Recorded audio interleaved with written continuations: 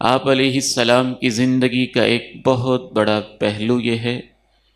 کہ آپ گھر میں کیسے رہتے تھے، بحیثیت شوہر آپ کیسے شوہر تھے، آپ کی گھریلو زندگی کیسی تھی، اپنی ازواج مطہرات کے ساتھ، اہل ایمان کی ماؤں کے ساتھ آپ علیہ السلام کے تعلقات کی نوعیت کیا تھی۔ یہ بیان کرنا اس لیے بھی ضروری ہے کہ اخبارات کو پڑھ پڑھ کے دکھ بھی ہوتا ہے اور تکلیف بھی کہ آج ہمارے معاشرے میں طلاق کی شرح بہت بڑھ چکی ہے۔ لاکھوں کیسز ہیں جو باقاعدہ عدالتوں کے اندر 1 سال کے اندر رجسٹرڈ ہوتے ہیں۔ اس سے آپ اندازہ کر سکتے ہیں کہ لاکھوں گھر سال کی بنیاد پہ اجڑ رہے ہیں اور برباد ہو رہے ہیں، بلکہ اب تو طلاق سے بھی زیادہ عدالتوں کے اندر، خصوصاً بڑے شہروں میں، اسلام آباد، کراچی جیسے شہروں میں طلاق سے زیادہ خلا کے کیسز آ رہے ہیں۔ ان سب کے پیچھے ایک بہت اہم ترین وجہ کہ ایک مسلم معاشرہ ہوتے ہوئے ہمارے ساتھ یہ جو معاملہ ہو رہا ہے، اس کے پیچھے معاشی وجوہات بھی ہیں،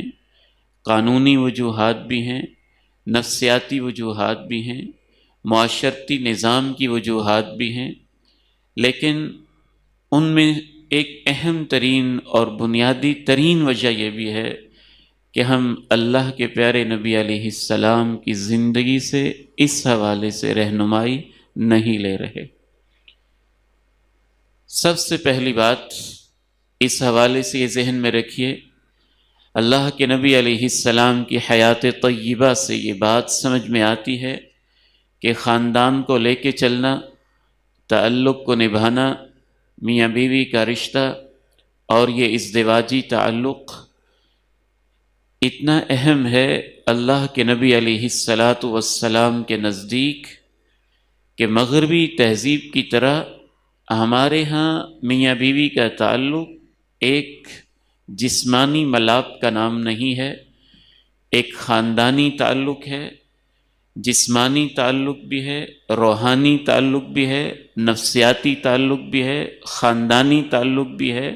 ایمانی تعلق بھی ہے۔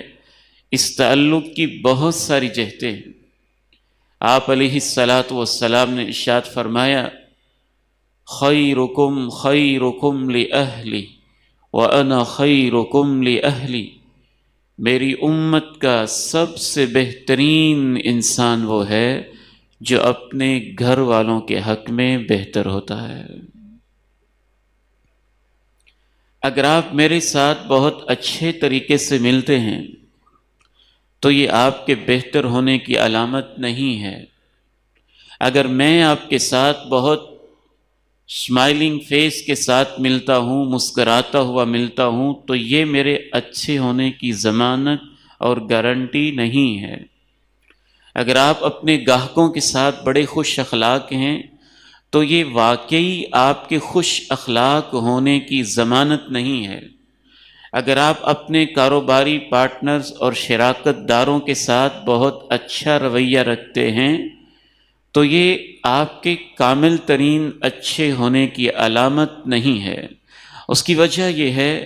کہ ہم زندگی میں جتنے بھی لوگوں کے ساتھ ہمارا واسطہ پڑتا ہے وہ چند گھنٹوں کے لیے، چند لمحوں کے لیے، چند اوقات کے لیے، مختصر وقت کے لیے ہوتا ہے۔ وہ ہمارے اصل چہرے سے واقف اور آگاہ نہیں ہوتے ہیں۔ وہاں ہم مصنوعی رنگ بھی چڑھا سکتے ہیں، تکلف کے ساتھ مسکرا بھی سکتے ہیں، کاروباری مفاد کے لیے بڑے نرم لہجے کے ساتھ بول بھی سکتے ہیں، اور اپنے کسی بھی مفاد کی خاطر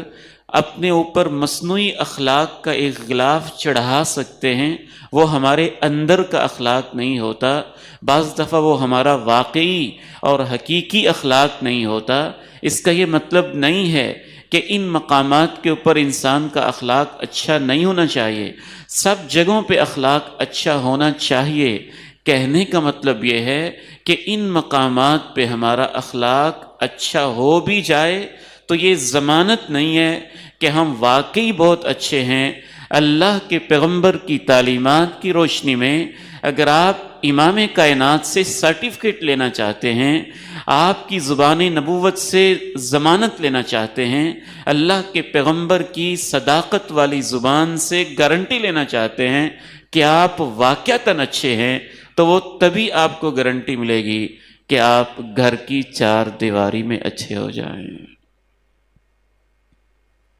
کیونکہ وہاں مصنوعی اخلاق چلتا نہیں، وہاں ہم بہروپیے نہیں بن سکتے، وہاں ہم تکلف کے اندر نہیں رہ سکتے، وہاں ہم عارضی مسکراہٹ نہیں لا سکتے۔ اس لیے رسول اللہ صلی اللہ علیہ وسلم نے اللہ کے ہاں بہتری کا معیار کسی اور چیز کو قرار نہیں دیا۔ فرمایا خیرکم خیرکم لأہلی، تم میں سے سب سے اچھا انسان، اعلیٰ انسان، بہتر انسان، صحیح معنی میں کامل مرد وہ ہوتا ہے جو اپنے گھر میں اچھا بن کے رہتا ہے، بہترین ہو کے رہتا ہے، اچھے اخلاق کے ساتھ رہتا ہے۔ اور پھر آپ علیہ الصلاۃ والسلام نے کہا کہیں میری امت یہ نہ سمجھے کہ یہ کہنے ہی کی بات ہے، فرمایا وَأَنَا خَيْرُكُمْ لِأَهْلِي، میری امت کے لوگوں، میں صرف تمہیں یہ بات زبانی نہیں کہہ رہا ہوں، سب سے زیادہ اپنے گھر میں اچھا اخلاق تمہارے پیغمبر کا ہوتا ہے۔ اپنے آپ کو آپ نے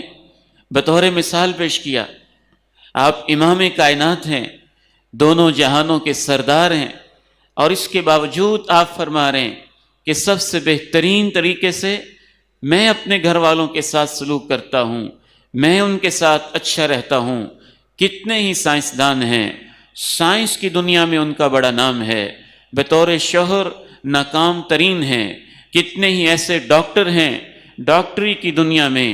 پوری دنیا ان کو مانتی ہے، لیکن گھر کی چار دیواری میں ان کا اخلاق ایسا ہے کہ جس کو بیان نہیں کیا جا سکتا۔ کتنے ہی ایسے کاروباری ہیں جو شہر لاہور کے ستون سمجھے جاتے ہوں گے یا اعظم مارکیٹ کے بڑے اعلیٰ بزنس مین سمجھے جاتے ہوں گے، لیکن ان کے گھر کے اندر ان کا اخلاق، ان کا رویہ ناقابل بیان ہوگا۔ اس لیے امام کائنات علیہ السلام کی زندگی ہر حوالے سے ایک کامیاب زندگی ہے، اتنی اعلیٰ ترین زندگی ہے کہ انسان حیران رہ جاتا ہے۔ ایک طرف بہتری کا معیار اللہ اور اللہ کے رسول کے نزدیک یہ ہے کہ آپ اپنے گھر میں کیسے رہتے ہیں، اور شیطان کے نزدیک کسی انسان کے برے ہونے کا معیار یہ ہے کہ وہ گھر میں کیسے رہتا ہے۔